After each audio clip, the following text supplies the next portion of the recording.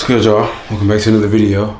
I wanted to do this video because I had a thought, and I know a lot on this channel. This is really just about my journey and me consciously expressing myself and documenting my thoughts and my journey. You know, it's called Nick's Journey for a reason. So what I've been really working on as of late is just elevating my mind, body, my spirit, everything. It's all about elevation for me. So throughout this process, I've been becoming more conscious of my habits.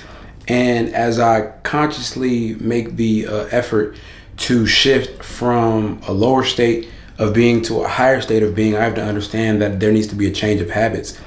And in having this level of awareness within myself, it makes me conscious of the habits that I may have or have had that were in alignment with a lower state of being. There's a trend right now on TikTok. It's like dealing with someone in survival mode versus dealing with someone not in survival mode. And that really didn't initially prompt me to look at myself and the things that I was doing. But as I got to observing myself, I realized today specifically, I was living in the survival mode with a lot of the things that I was doing and a lot of the habits that I had. One of the things that really prompted this revelation was I go to the grocery store a lot. And I go a little bit too much. This girl I used to talk to, she used to make like little jokes about me grocery shopping every day. She was like, "You grocery shop every day?" And I was like, I just go grocery shopping every day. But then the more I thought about it, really today I was like, wow, that's wasting a lot of time. Like, why not just get what I need now instead of being cheap? So I realized I was living in survival mode. So at the end of every day, I would just go buy my food for the day. But I would still have to come home and cook it. But it's like, bro, just buy what you need now so that you can have it. So you don't have to keep running back and forth. And ultimately, you're wasting time. And I didn't even realize I was doing it up until today. So I just went grocery shopping. I just bought all my food for the week. And as crazy as it sounds, I would buy my food every day. I would just go buy what I needed for the day every day. And I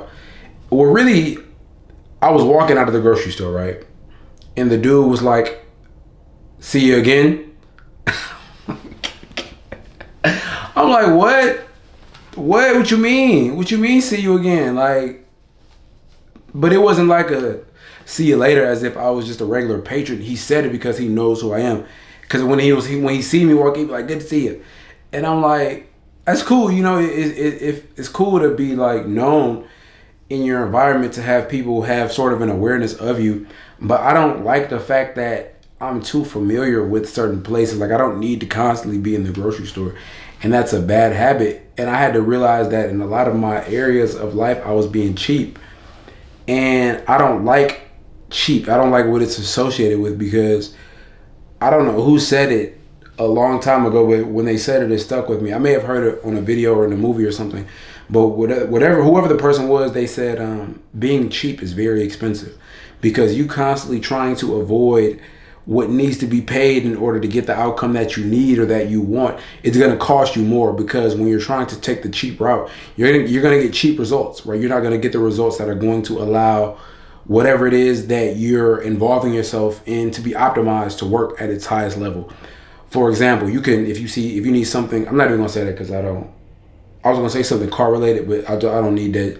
I don't need that energy. I don't need that energy, because, cars just be tweaking.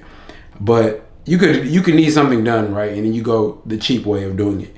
But it's going to cost you more in the long run, because it's not going to be done right. It's not going to be done the way it's supposed to get done. So you spending a little bit of money to solve a big problem when you could just spend the money that needs to be spent on the problem. And it's not even just about money. It's about the time. You trying to shortcut yourself and cheat the process. It's going to cost you in the long run, because you're not going to really have the skills, or you're not going to have the accumulated effort or the accumulated experiences necessary for you to be able to operate at the level that you need to operate at when you get to a particular point in your life. So no more shortcuts and no more living in survival mode. And that's like a big thing for me. It's something I'm really trying to break out of. And I don't think I live in survival mode in a lot of areas in my life. I think for the most part, I think abundantly in a lot of areas, but there are areas in my life that I don't. So that's something that I'm working on, and just applying that abundant thinking and those abundant thoughts and that abundant thought process to all of my actions, and understanding, okay, how would I behave in this situation? And that's not to say like if I was rich as fuck, I would just go blow all of my money. That's not what I'm saying. I'm saying, how would I think? How would I optimize my life for the maximum level of efficiency, regaining my time? How would I set things up in doing that, in growing into that, and making sure that those habits are instilled into my daily practices? But I was just like, yeah, bro, that's not a good habit to have, because it's very low level thinking, and it's very low level living. It's like survival mode. Like, you don't want to live in survival mode, because that brings in so much unnecessary stress when you constantly have to go back and forth. But the ability to just rest and have things at your disposal because of the actions you're taking. I was talking to Devon earlier today, and I was telling him, I was basically just telling him the process that I was using to set my life up. And it's basically having a plan in order to where the action that I'm doing can be autonomous. So, for example, when I was working for Kroger and I was delivering, it was easy. And a lot of jobs that you do, especially task-based jobs, they're very easy because the work isn't done before you get there, but you don't have to think about the work. And that's why a lot of jobs have such a high turnover rate, because there's already a system in place, and you're just somebody that fills the space. And all you have to do is go to work. All you have to do is show up and do your part. But everything else is pretty much in place. And I was like, wow, if I set my life up like that, I would take a lot of stress off of myself, because I would just show up and do what's necessary to get done. So by having a plan and having structure and having a more well thought out approach to my day, I think one of the cons to survival mode is that you're always in a reactive state, and you're not as functional because you're constantly getting thrown off by the things that are around you, because you don't even know the steps that you're taking. You're constantly reacting instead of being proactive, So by having a plan and by having structure and creating structure within your life, and understanding that once I put this plan in motion, all I have to do is show up and do my part. For example, and this is a very small example that can have a very major impact. My camera sits right here. It doesn't move unless I'm out in the world shooting. But even when I come back, I put it right here so that there is no resistance. Like how the last video I was talking about resistance. There is no resistance. All I have to do is come on here and come in here into this room, turn the lights on, hit record. And then the cord is going to my computer. So there is the least amount of resistance, which makes these videos so easy. The editing process for these videos is only about 5 minutes. All I do is transfer the file to my computer, throw my LUT on it, color it a little bit, export it. Then, once it's done exporting, it takes like 30 minutes because I have like a 2017 MacBook. Once I'm done doing that, I drag the file, throw it on YouTube, and then I'll either let it upload or I'll schedule it for the next day. So, yeah, that's just how things go. But that's the process of optimizing your life and planning and being intentional and also strategic when it comes to where you want to go and how you're developing yourself, and thinking further along than just the present. Now, it's good to be in the present. It's very good to be in the present because you need to be in the present to make that moment the best it could be. But it's hard to be present when you're constantly thinking about where you're going, right? Because you're thinking about the future, you're thinking about the past and how the past affects the future. But if you have a plan and you have structure within your life, it makes it so much easier to just go along and do what it is that you need to do. You'll look up and you'll have so many things done. Like I was looking at the channel and I'd be doing these things. I'd be making these videos, and in my mind, the video was like 7 days ago, but it was only 3 days ago. It's very weird how much more time you have, and you realize that you can make more of your moments, thus allowing time to stretch in your favor, making the days seem longer. But it was just like 3 days ago. Like I feel like I've done so much since I've done that. Like the video I'm referring to is a 7 mile video that was on Wednesday, It's Monday right now, but I was in my mind, I was like, that was so long ago. And I talked about that on the video, a video before. I don't know exactly which one, but I remember when I first had that revelation was 2022. 2022, when we were just doing things, a lot of different things. We shot the Long Way Home video, bought the camera, and just we're doing a lot of different things. The tailgate season video, the Save Her video, among other things that we were doing, and just traveling back and forth to MSU. And I remember me and Chuck were talking, and we were like, damn. It was like November at the time, or maybe it may have been like October. And we were like, damn, that Long Way Home video seems like it was like some years ago. But it was only about 5 months old, 4 or 5 months old at the time. So that goes back to saying, if you optimize your life in a way that you can just show up and do what it is that you need to do instead of just thinking about everything and being frantic, if you optimize your life to where you can just show up and do your part and put the work out and get the work into the world and continue to create and continue to be expressive, you'll stretch your time, bro, and you'll get your time back. Because we don't even realize how much time we spend in our minds contemplating the outcomes, which isn't always a bad thing. You have to contemplate the outcomes as you proceed towards your achievement and the journey of what it is that you're doing. However, there needs to be a certain level of disconnection because you don't want to get caught up in that thinking phase. And I think a lot of us get caught up in that phase where we're just thinking and we're overthinking and we're overthinking and we're overthinking, but there is no action because we have not, one, been intentional about setting our lives up in a way that allows us to just be as productive as possible. Two is because the more we think and analyze things, it creates fear, and there are so many different negative things. That's why sometimes having too much information can be detrimental to someone who doesn't know how to handle it, because with too much information, you become too aware of the negative things that can happen or the pitfalls that may be along the journey, instead of someone who doesn't have as much information but has the drive and just the I'm gonna go get it type of attitude. They're more likely to go further than you, even though you feel like you may feel a sense of entitlement due to the fact that you have more information than this person, but they're just going for it and they're figuring things out along the way. But those two things, I think when you merge those two and you have balance, that we're to just do it and that I'm gonna get it type of attitude, it also being strategic and intentional about your planning and using that plan to set up your life and be like, okay, if I have a plan for a month, I don't have to think about what I'm going to do every day, right? If I have a workout schedule, it's easier for me to go to the gym. If I have a plan that I'm doing when I'm going to the gym, it's much more easy for me to show up because there isn't an intimidation factor that hits me before I step out of my house or before I even step into the gym.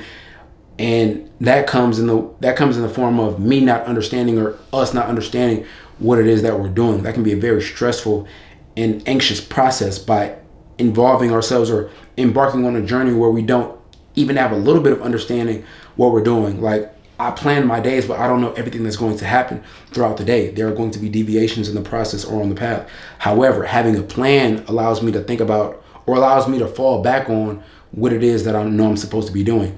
So, yeah, I really started this video with the mindset of overcoming that survival state that a lot of us are prone to or just have been brought up in, or just things you may have acquired. Because I don't think, as a kid, I didn't grow up in a survival state. I'm not even going to sit up here and lie like that. I was never in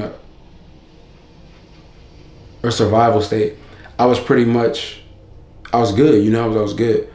But as I got into the world and as a man, and not having the best understanding of what it is that I should be doing, I have found myself in spaces where I'm now in survival, which I don't think is a bad thing. I think it's something that every man can learn from. I don't want to say should go through or needs to go through, but I do think there needs to be somewhat of an adversity. I'll even go as far as to say, yeah, I think every man needs to go through that to really understand and to really value what it is that he has. Especially if you weren't born into it, if you weren't born into wealth and abundance, or if you were. I don't know. I have mixed feelings on it, honestly, because I also, in that same breath, I think that you don't need to go through a state of being in survival mode. I definitely think it can allow you to grow and expand your mind. But I mean, who's to say you can't learn from someone else's mistakes? I don't have the answer on that. I'm not gonna lie. That's something I think about. I'm thinking about, like, well, maybe you should, or maybe you shouldn't. I don't know. I don't know. I don't want to act like I know when I don't know. But yeah, it's allowed me to grow. You know, they say rock bottom is where you learn about learn a lot about yourself, and learn a lot about what it is that you're capable of, and what it is that you truly want, and what it is that you truly need to do, what your purpose is, and who you are as an individual, aside from who you've been told you are, or who you have been told that you should be. It allows you to develop a greater sense of identity and self when you're going through hardships, because that's when you see who you truly are and how much resilience you have within your being, you know? And then when you get to that point where you're not going through as tough of times as you may have been going through before, it allows you to have a better understanding of what your strength is, and what your strengths are, and what level of struggle and strife that you can tolerate. You know, Jordan Peterson said, in your 20s, you should test your limits, both to see how much you can endure in regards to struggling, but how much, and in hard work, I think that's what he referred to, but also how much you can endure in terms of fun, like how hard can you truly go to enjoy your life. And that'll really kind of set the foundation for where you'll be later in your life. I know that, especially as younger people, we don't really think about the longevity of our lives. You know, we don't really think about, especially me I'm being in my late 20s and coming into my 30s and moving out of my 20s, thinking about, I know when I was 19, I wasn't thinking about 30, 40. I thought 30 was old. And the closer I get to 30, I realize how young it is, how much of a kid I still am. You know, how much of, I think some girl was like, I'm 28 right now. So the girl was like, at 28, you're only a 10-year-old adult, you know? I mean, even at 18, bro, you're still a child. 18, 19, 21, you're still a child, bro. Like, yeah, you may be legally able to do things, go buy things and drink, but from my experience, I felt nowhere near being an adult at 21. I think that it's good that I was able to have certain experiences, but on a mass level, I don't think people at that age should be given all of the responsibilities that they may have. I'm looking for a word. What is that word I'm looking for? Damn, I think it starts with an F. Damn. Thrust upon to them? I don't know. Or, I don't know. Forced upon them? I don't know. But a lot of young people shouldn't have so many things put on their plate at a young age, because they don't truly know how to deal with it. But in the same token, maybe that's why it's put on their plate, because these are things that we need to learn throughout life. But I think there needs to be a better system in place to actually teach young people how to deal with the trials and tribulations of life, instead of just throwing them in the pool to drown and then seeing who learns how to swim. I think that's very disadvantageous to society as a whole, and it creates a lot of broken people. I think there needs to be a better plan in place for people to be able to thrive and to really understand who they are, and understand how they fit into this life, what their purpose is, and how their individuality can be used in an intentional way. But like I said at the beginning of this video, we need plans so people can just show up and kind of do what it is that they need to do and feel the results from that. But and then teaching people how to plan. In my mind, bro, I've been saying this since I was like 19, 21. I've been saying, bro, we need a plan. I've kept saying that, but for the longest time, I procrastinated on developing a plan for my life. I've been saying it, and it frustrates me even right now to think about it, because I've been saying it, and like with the goals, I've always known that there needed to be a plan in place. There needed to be something that could guide us. Like the same way when you go into that first day of school and your teacher has a syllabus, it's like, okay, I have an understanding of what it is that I'm going to be doing along this process. And now all I have to do is show up and do the work. Now imagine if you just walked into the class and the teacher just sat there and talked all day, and then you had to make up assignments to turn in order to pass the class. It's like, bro, a lot of us don't even know where we're going. Like what I just said right there, it doesn't make any sense, because why would you ever set up a class like that? But the sad part is, a lot of us, whether we realize it or not, approach life like that. We approach life with no plan. We approach life with no goal. We just show up with this idea of wanting to get somewhere, which is often success or what they define as the American dream. But we don't have any idea of how to even get there. So we're just trying things, throwing things at the wall. But these things and these goals that we have, if we get crystal clear about what it is that they are, and we study history and we reverse engineer that goal and figure out the steps that need to be taken to get to that point, we'll figure it out and we'll get there in a much more sound manner. Also understanding that just because you have a plan in order, that doesn't mean everything is going to go according to plan, but the plan is just to keep you in line. It's to keep you moving in the direction of where it is that you're going. And I was telling Chuck, like, we have this plan for what we want to do, but for all we know and what's most likely going to happen, the ideas that we have now are going to evolve. It's just by setting the intention and having the plan and showing up. And once we put ourselves in the position to do what it is that is moving the plan or advancing the plan towards the goal, we'll have more ideas and we'll be able to freshen up the things that we're doing and ultimately make them better and continue to adjust the plan, but staying the course as the different checkpoints evolve. And honestly, the end goal evolves, because as we evolve, it'll just get bigger and bigger, and then we'll see more things. So you fuck around, you can set a 2-year plan, but if done right, it can be accomplished in a year. So now you have the opportunity and the resources available, hopefully, to continue to evolve. But now you know the power of a plan and the power of structure and how it can take you out of that state of survival mode and put you in a place of abundance and understanding that, okay, I just have to show up and give what it is that I can give to the moment, because the plan is already in action. You know, the plan is already there. The goal is already set, and now I can disconnect from it. Drake said that in an interview, I think in like 2012, like when you're on the journey, you have to disconnect from the end goal, but you have to have an end goal in mind. So that's all I wanted to say on this video. I said I was going to upload every day this week. So this is me keeping my promise to myself, as I talked about a few videos ago, not breaking the promises to yourself. I want to go to sleep early tonight so I can get up early, because when I don't get enough sleep, I be feeling crazy throughout the day. I be feeling like I just don't be feeling it. So I thank all of you for watching this. I am grateful as always that you are here watching this video.